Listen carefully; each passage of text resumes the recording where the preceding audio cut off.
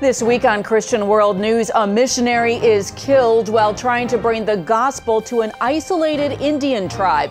Now, many are wondering if he did the right thing. We learn more about this martyr's final moments and how his death has impacted the missionary world.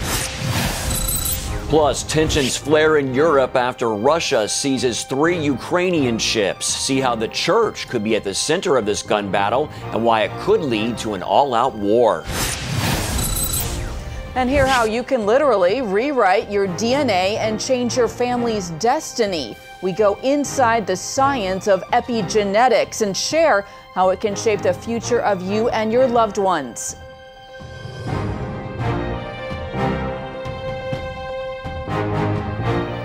Welcome to Christian World News. I'm Mark Martin. And I'm Heather Sells. We begin with a troubling trend for the church in China. Senior international correspondent and Christian World News host George Thomas visited China this week. He reports growing opposition to the gospel and anti-church activity that has not been seen for decades. Even though China is an officially communist nation, it has seen dramatic church growth in recent decades. Now the state is beginning to push back. And George joins us now by Skype. George, tell us, how is the government starting to crack down on the church?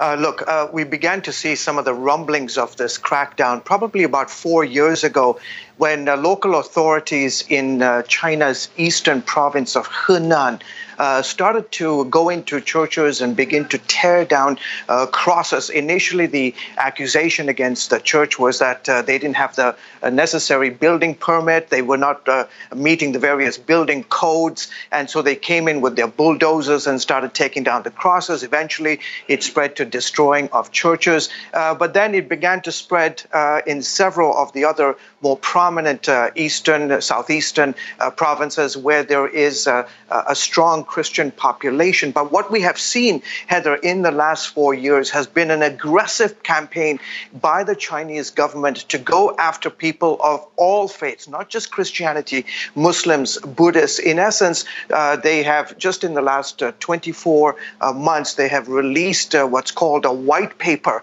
in essence, giving Chinese citizens the sort of blueprint of how they can and cannot practice their faith as it relates to the rules and regulations of the state. And what we have seen in the last 4 years has been a tremendous crackdown on all peoples of faith. It sounds like this really made an impression on you on your just recent trip there. What were you seeing and why now?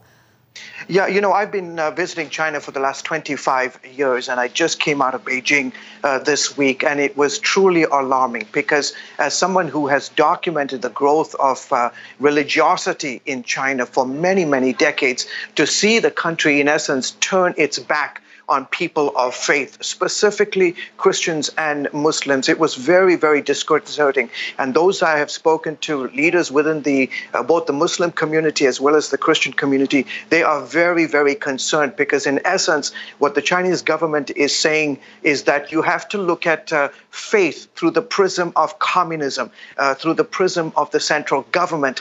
Everything should be seen through that prism and worship of faith above the Communist Party, above the government, can get you into some very, very serious trouble. George, how do you think this might play out for believers practically? Will it inhibit their movements? Might some of them begin to leave the country? Well, what we have seen in recent months is that, we're not talking about the kind of persecution the church endured circa 40, 50 years ago. Back then, it was very, very severe. You had pastors who were imprisoned, tortured, killed. In this case, what we're seeing today is that you've got prominent so-called underground churches. The authorities come in and tell the pastor, listen, you cannot go outside of your home. You're restricted to your home. You cannot leave the country. You cannot leave the province or the city that you live in. And so the church understands they have a history of enduring persecution. What we're seeing today is that so many of the so-called underground churches that flourished in the last 25 years, pretty much since the opening of market reforms and the ushering string of economic reforms by Deng Xiaoping, you are seeing today the underground church go back literally underground. They have, they used to maybe 300-400 people would gather on a Sunday morning, on a Saturday. Now that's not happening.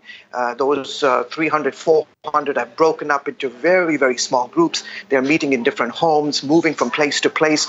So they understand this kind of lifestyle and what it means to live out their faith. Let me make a very, very clear point. It's not just Christians. Muslims today, for example, in Xinjiang province, all the way in the western hinterlands of China, where I have reported from in recent past, they are also suffering tremendously. The reports are numerous Western agencies say that close to about 1 million plus Muslims have been put into these so-called internment camps, where the government is in essence trying to brainwash these Muslims to abandon their faith, to not, for example, practice during George, we've got to go, but thank you so much for your report, and it's a great alert. We appreciate your time. You're welcome. In other news, the reported death of missionary John Chow has drawn worldwide attention this week. Chow was last seen by fishermen as he approached India's North Sentinel Island. He was attempting to reach the isolated islanders with the gospel.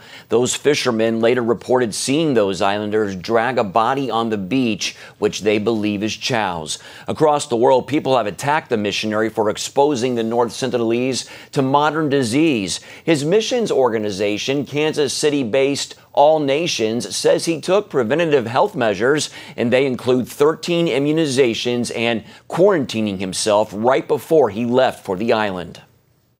Since he was 18 years old, he felt a call from God to share the love of God, the goodness of God with the North Sentinelese.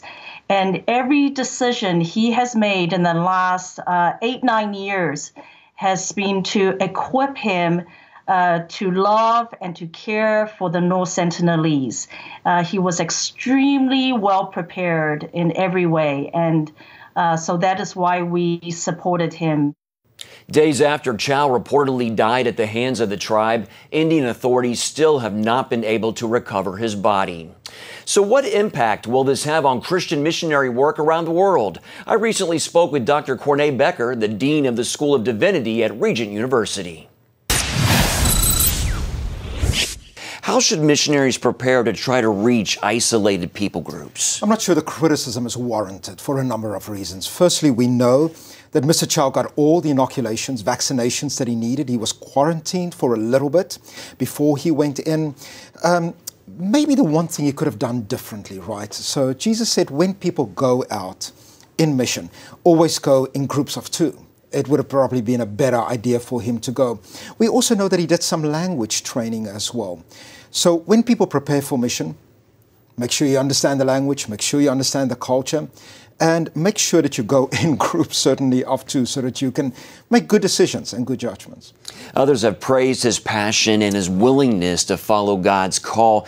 The unknown health risks that he posed to the islanders, I know you mentioned the inoculations and so forth, but there were still unknown health risks that he posed to them and the risk to his own life. In your opinion, was he right to go to the North Sentinel Island? I think it's of tremendous importance to go to every nation that has not heard. Unfortunately, Mark, we live in a culture right now where the gospel of Jesus Christ is no longer considered as the only way, as the only answer to the world's problems. And so I praise his passion. And again, we don't have the full scope of history. We don't know what is going to happen in the future. And maybe his sacrifice is going to be the catalyst for these extraordinary, wonderful people to come to the Lord. Yeah, I've been thinking a lot about that as well. Now, he's also been criticized for not going with other missionaries. You mentioned that. And for not getting a missionary visa. He had a tourist visa. Right. Was that a mistake in your view? I think it's important as far as possible to work with the governments that we are certainly involved in or the country that we are going to. And so, yes, I think he needed to get a religious workers visa. But again, the Indian government has not allowed anybody to go to this island. And as Christians, we really don't have a choice in this matter.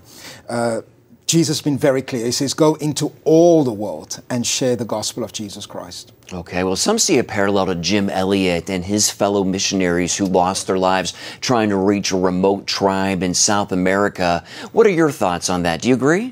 I think there are quite a number of differences here, but again, it's the great scope of history. I would be interested to see what's going to happen in the next 10, 20, 30 years. It's very clear to me that this tribe ultimately will hear the gospel. And what if they are able to look back at this event and say, somebody loved us so much that they were willing to lay down their lives for us? This might be the catalyst. Yeah, that's a wonderful thought there. Is it possible that this could actually encourage others to follow the Lord's command to take the gospel to the whole world, not just to the North Sentinelese? It certainly has inspired me. And I wanted to think back on my own life and say, what risks am I willing to take to share the gospel of Jesus Christ? And it's my prayer that we will have a lot of missionaries that will go forth. Coming up, a fierce standoff between Russia and Ukraine, which could lead to war in Europe.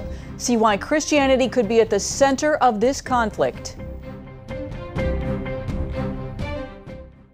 God Almighty is a God of blessing. He always wants to bless His people. But how do you get that blessing? And what principles will unlock that secret? In Miraculous Blessings, Pat Robertson shows you how to open the floodgates of God's awesome blessings in your life. In order to have a blessing, you've got to be blessable. Discover what the Bible has to say about God's covenant of blessing, the laws of blessing, and what are the hindrances to the blessings of God. The words of Jesus, they are as valid as the law of gravity, and if we follow those laws, we will be blessed. You'll see amazing true stories of everyday people whose lives were rescued and transformed by God's miraculous blessings. But even the doctors acknowledge that this had to be a miracle. Call 1-800-700-7000 or visit CBN.com to become a CBN partner and get miraculous blessings today. Hello, I'm Terry Newsom. Did you know there are more than 148 million orphans in the world today? 148 million. But it was 3 little girls that taught me about the plight of orphans. My husband and I spent nearly a month immersed in the daily activities of a Ukrainian orphanage as we waited to adopt 3 sisters. I saw firsthand the utter loneliness, the pain of rejection, and the overwhelming desire to be loved. That experience changed me forever. And out of it grew a ministry from my heart called Orphans Promise. Today, we're helping orphans and vulnerable children in more than 50 countries worldwide. Thousands of children are now in safe homes. They're being educated, and they're learning life skills. I'm asking you to join with me and become family to these children. Will you call the number on your screen right now? Because every child deserves a chance to be happy. In Eastern Europe, there are fears of renewed fighting after Russia seized 3 Ukrainian ships. Thousands have been killed as a result of fighting between Russian separatists and Ukrainian nationals in the east. It all started when Russia annexed the Crimean Peninsula from Ukraine in 2014. And as Dale Hurd reports, this latest flare-up could be part of a struggle over the Orthodox Church. Is the brewing crisis between Russia and Ukraine the result of a turf battle between the Russian and Ukrainian Orthodox churches?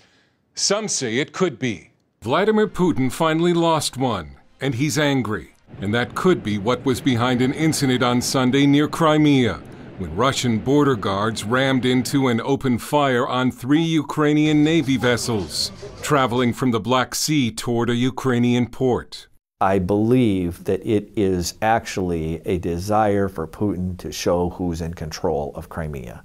CBN's director for Russia and Ukraine, Steve Weber, believes the Russian action could have been Putin's angry response to the decision by the worldwide leader of the Orthodox Church to take Orthodox churches in Ukraine away from the control of the Russian Patriarch in Moscow. It could be connected to what happened just a few weeks ago when this Bartholomew in Istanbul, with a stroke of the pen, took 12,000, a third of all of the churches under the Moscow Patriarch, and gave them to the Ukrainian Patriarch. This created anger in Putin. It's like you lost power over all of these, a third of his parishes. Putin used Moscow's dominance over the 300 million person Orthodox Communion to try to control Orthodox believers in Ukraine and boost his image as a leader. Weber says losing the Ukrainian churches was like kicking sand into Putin's face and frees Ukraine even more from the clutches of Moscow. Fearing war, the Ukrainian parliament has imposed martial law for 30 days, something Ukraine didn't do even when Russia annexed Ukraine's Crimean Peninsula in 2014 or sent troops into eastern Ukraine. Russia says it will send an anti-aircraft missile system into Crimea. The United States and its allies condemned the Russian seizure at the United Nations. Sunday's outrageous violation of sovereign Ukrainian territory is part of a pattern of Russian behavior that includes the purported annexation of Crimea and abuses against countless Ukrainians in Crimea. CBN News senior reporter Dale Hurd joins us now. Dale, why would Vladimir Putin be so upset about Orthodox churches changing patriarchs? Well, I think, first of all, because he's used to getting what he wants. And Russia warned the patriarch in Turkey not to do this, not to free the Ukrainian churches, and they did it anyway. This puts a big dent in Putin's whole project to sort of rebuild Russia as the center of the Slavic world and the center of the Orthodox world. Do you think that Putin is going to strike back against Patriarch Bartholomew in Turkey, the one who defied him? You know, there have been threats. Before this happened, they said, if you do it, we're going to take the Russian Orthodox churches out from under you. And that could cut the number of churches that this patriarch in Turkey rules in half. How is the church used as a pawn to control Ukraine? It's been said, and there was always the suspicion in the Ukraine that that Orthodox churches that were under the leadership of Moscow might be surrogates for Putin and would be politically unreliable in Ukraine. So there was that concern as well. Okay, Dale Hurd, our senior reporter, thanks for staying on top of this. Thank you. Heather. Coming up, your DNA is not your destiny. Find out how scientists say you can improve your health by turning off the bad genes and turning on the good ones. Parents, the Superbook Bible app is a great way to get your child reading the Bible because in today's busy world, we can use some help. The free Superbook Bible app has fun stuff your kids will love. They'll have a blast learning the Bible, playing great games. Did you win? Watching cool videos, discovering heroes in the Bible. They'll have fun while they learn God's Word. The Superbook Kids Bible app, available now. Life. It's meant to be lived fully. Jesus said it. I came to give you life. Life to the fullest. Life in your family. Life in your finances. Life in your body, mind, and spirit.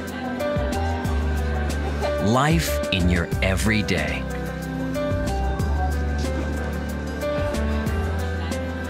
At CBN.com, we're taking what Jesus said seriously. We're here to help you discover life.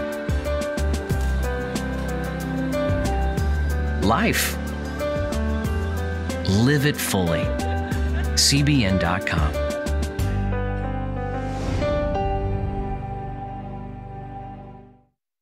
We had 4 jobs that didn't go right, but we didn't waver in our faith.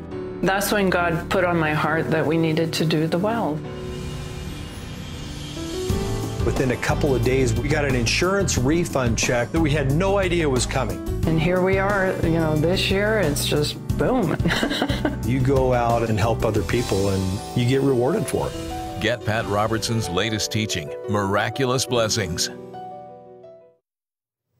Scientists in the U.S. and Switzerland have announced an amazing revelation that backs the biblical story of Adam and Eve. Researchers say a new study shows all modern humans are descended from a common father and mother who appeared on the scene 100 to 200,000 years ago after a cataclysmic event almost wiped out the human race. In an interview on Fox and Friends, Dr. Robert Jeffress, pastor of First Baptist Church of Dallas, said the scientists, however, are still not fully embracing the Genesis account of creation. We know from the Bible that, in fact, we do have a common father and mother, Adam and Eve, who are not the result of tadpole mutations, but of divine creation, and that all life is the result not of a big bang, but of a big God. You know, it takes more faith to believe in the evolutionist theory of the origin of life than the biblical creation account. And you can see more on this story at cbnnews.com. Well, scientists have been studying the field of what's called epigenetics for the last 5 to 10 years. And one of their key discoveries is that we can turn certain genes on and off. What's more, these changes can be passed down through generations. That's something we read about in the Bible. Here is Lori Johnson with a story.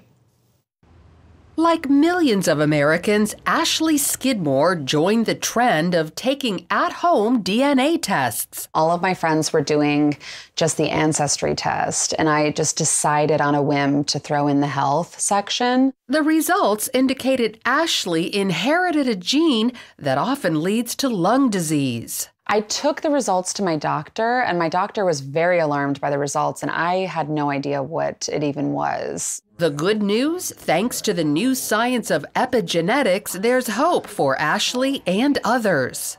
DNA is not our destiny, because even if we inherited some genes we'd rather not have, epigenetics tells us we can turn them off. In his book, Change Your Genes, Change Your Life, Dr. Kenneth Pelletier says we control our genes, not the other way around. How we live our lives and how we influence the expression of our genes, that's what's critical. So it gives us the responsibility and gives us the power to influence our life direction. He says bad genes are activated by bad behavior.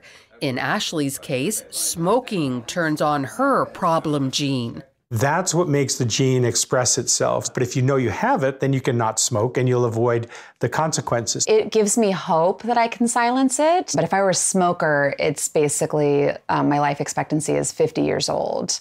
Epi means on top of. Our epigenome is like flexible software on top of our genome, which is like fixed hardware. Our behavior controls the epigenome, which in turn controls the genes. We are, in effect, a programmable computer. That's how we were made. Equally fascinating, researcher Dr. Randy Jertle proved epigenetic changes don't just stop with us. For better or worse, these gene manipulators can actually be passed down to future generations, backing up the biblical warning written thousands of years ago. You can see that, in effect, what God, I think, was telling us is that since they're not totally erased necessarily from generation to generation as they go through the egg and the sperm, can literally give rise to problems in the next generation, in the following out the 4 and 5 generations. When Dr. Jertle fed healthy nutrients to pregnant mice, which carried a gene for obesity and jaundice, her offspring were born thin and brown. There are these transgenerational changes that take place. Dr. Pelletier believes similar scenarios play out in human beings. So the good news, if you make a healthy change, it'll be transmitted through your generations. If you make an unhealthy change, it will also influence subsequent generations. I mean, this is a whole fascinating new technology. So while we can't control the genetic hand we're dealt, the new science of epigenetics tells us we can control how these genes behave in ourselves and our offspring. To see more of Lori Johnson's medical reports, just go to our website, cbnnews.com. We'll be right back. When you give, smiles grow bigger. When you care, homes are happier. When you comfort, the hurt goes away. When we all come together to love, miracles happen. Hello, I'm Terry Newsom. Did you know there are more than 148 million orphans in the world today? 148 million. But it was 3 little girls that taught me about the plight of orphans. My husband and I spent nearly a month immersed in the daily activities of a Ukrainian orphanage as we waited to adopt 3 sisters. I saw firsthand the utter loneliness, the pain of rejection, and the overwhelming desire to be loved. That experience changed me forever. And out of it grew a ministry from my heart called Orphans Promise. Today, we're helping orphans and vulnerable children in more than 50 countries worldwide. Thousands of children are now in safe homes. They're being educated, and they're learning life skills. I'm asking you to join with me and become family to these children. Will you call the number on your screen right now? Because every child deserves a chance to be happy. Hello? Is this thing on? Hey, kids, do you love games? And do you love discovering things? Yeah. Well, do ya? Then you're gonna love this. It's the new free Superbook Kids Bible app. You can play games, watch videos, find answers to your questions, and a whole lot more. The new Superbook Kids Bible app. Free downloads available on iTunes and Google Play now. The Trump administration is investing $100 million in the global war against HIV and AIDS. White House correspondent Ben Kennedy says the funds will help faith-based groups fight the dreaded disease. The fight to combat this epidemic with prayers, funding, research, and treatment. Teaming up with the White House here behind me, lawmakers and groups around the world to bring an end to this disease. Our administration is proud to partner with faith-based organizations across Africa and around the world. The U.S. President's Emergency Plan for AIDS Relief, or PEPFAR, has helped save more than 16 million lives. PEPFAR began 15 years ago under President George W. Bush, funding treatment for 14 million people. The initiative even helped some 2.2 million babies who were born HIV-free to HIV-positive mothers. We ought not to allow ourselves to be caught up in the numbers, because we're talking about people. We're talking about real lives. We are going to win this battle primarily because of the faith in the Lord Jesus Christ. The Circle of Hope in Zambia teamed up with PEPFAR to help more than 3,000 people this year alone. We want to reach out wholeheartedly so that they can enjoy a good life and actually experience the hand of God in their lives through PEPFAR. If you want to end this pandemic, you've got to bring the faith-based community, the churches, especially in Africa. On Capitol Hill, Congressman Chris Smith introduced a 5-year, $30 billion extension of PEPFAR, which had bipartisan support in the House and just passed the Senate Wednesday. It could come back with a vengeance unless there's ongoing expansion of best practices to reach the greatest number of people. And do you feel like with faith-based organizations and with lawmakers like yourself, we could possibly end this epidemic? I believe that this is doable. Now, AIDS-related deaths have been cut in half since its peak in 2004, and new HIV infections have declined by nearly 50% because of initiatives like PEPFAR. Ben Kennedy, CBN News, the White House. Thanks for joining us this week. Until next week, goodbye and God bless you.